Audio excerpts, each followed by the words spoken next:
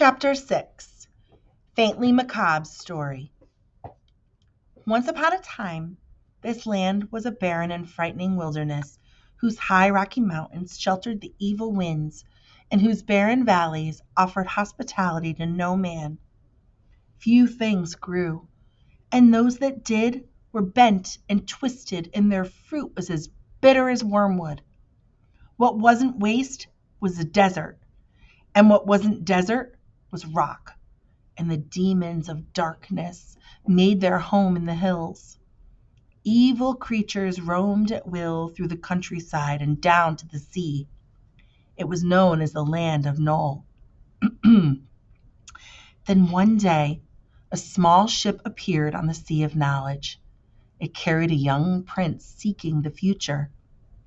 In the name of goodness and truth, he laid claim to all the country and set out to explore his new domain. The demons, monsters, and giants were furious at his presumption and banded together to drive him out. The earth shook with their battle, and when they had finished, all that remained to the prince was a small piece of land at the edge of the sea. "I'll build my city here," he declared, and that is what he did. Before long, more ships came bearing settlers for the new land, and the city grew and pushed its boundaries farther and farther out. Each day it was attacked anew, but nothing could destroy the prince's new city, and grow it did. Soon it was no longer just a city. It was a kingdom, and it was called the Kingdom of Wisdom. But outside the walls, all was not safe, and the new king vowed to conquer the land that was rightfully his. So each spring he set forth with his army, and each autumn he returned. And year by year the kingdom grew larger and more prosperous. He took to himself a wife, and before long had 2 fine young sons to whom he taught everything he knew, so that one day they might rule wisely. When the boys grew to young manhood, the king called them to him and said, "I am becoming an old man and can no longer go forth to battle. You must take my place and found new cities in the wilderness, for the kingdom of wisdom must grow." And so they did. One went south to the foothills of confusion and built Dictionopolis, the city of words. And one went north to the mountains of ignorance and built Digitopolis, the city of numbers. Both cities flourished mightily, and the demons were driven back still further. Soon other cities and towns were founded in the new lands, and at last only the farthest reaches of the wilderness remained to those terrible creatures. And there they waited, ready to strike down all who ventured near or relaxed their guard. The 2 brothers were glad, however, to go their separate ways, for they were by nature very suspicious and jealous. Each one tried to outdo the other, and they worked so hard and diligently at it that before long their cities rivaled even wisdom in size and grandeur. "Words are more important than wisdom," said one privately. "Numbers are more important than wisdom," thought the other to himself. And they grew to dislike each other more and more. The old king, however, who knew nothing of his son's animosity, was very happy in the twilight of his reign, and spent his days quietly walking and contemplating in the royal gardens. Let's talk about these words: animosity, contemplating, and regret. Let's talk about those 3 words. Regret's the next one coming. Turn and talk to a friend. What do you think those words mean? Animosity, contemplating, and regret. His only regret was that he'd never had a daughter.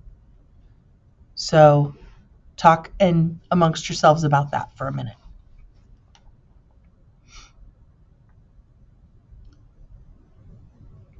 Okay. His only regret was that he'd never had a daughter, for he loved little girls as much as he loved little boys.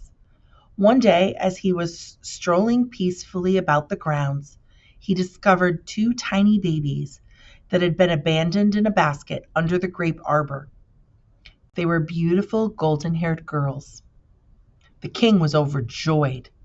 They had been sent to crown my old age, he cried, and called the queen, his ministers, the palace staff, and indeed the entire population to see them. We'll call this one Rhyme and this one Reason, he said. And so they became the Princess of Sweet Rhyme and the Princess of Pure Reason, and were brought up in the palace. When the old king finally died, the kingdom was divided between his two sons, with the provision that they would be equally responsible for the welfare of the young princesses. One son went south and became Azaz, the unabridged king of Dictionopolis, and the other went north and became the math magician, a ruler of Digitopolis. And, true to their words, they both provided well for the little girls who continued to live in wisdom.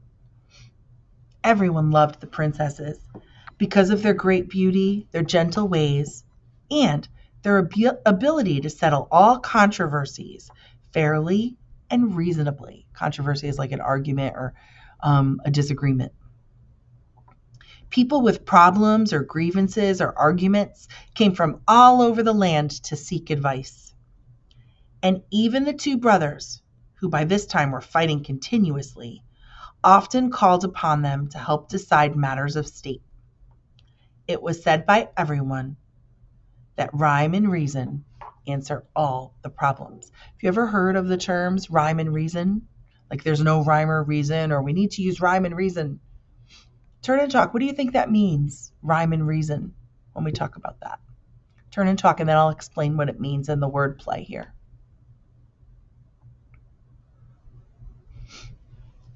Okay.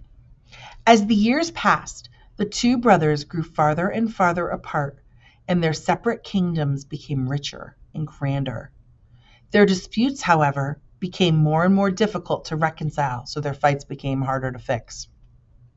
But always, with patience and love, the princesses set things right. Then one day, they had the most terrible quarrel of all. What's a quarrel? Give me one word that means quarrel. 1, 2, 3, go. Fight, argument. Awesome. Good job.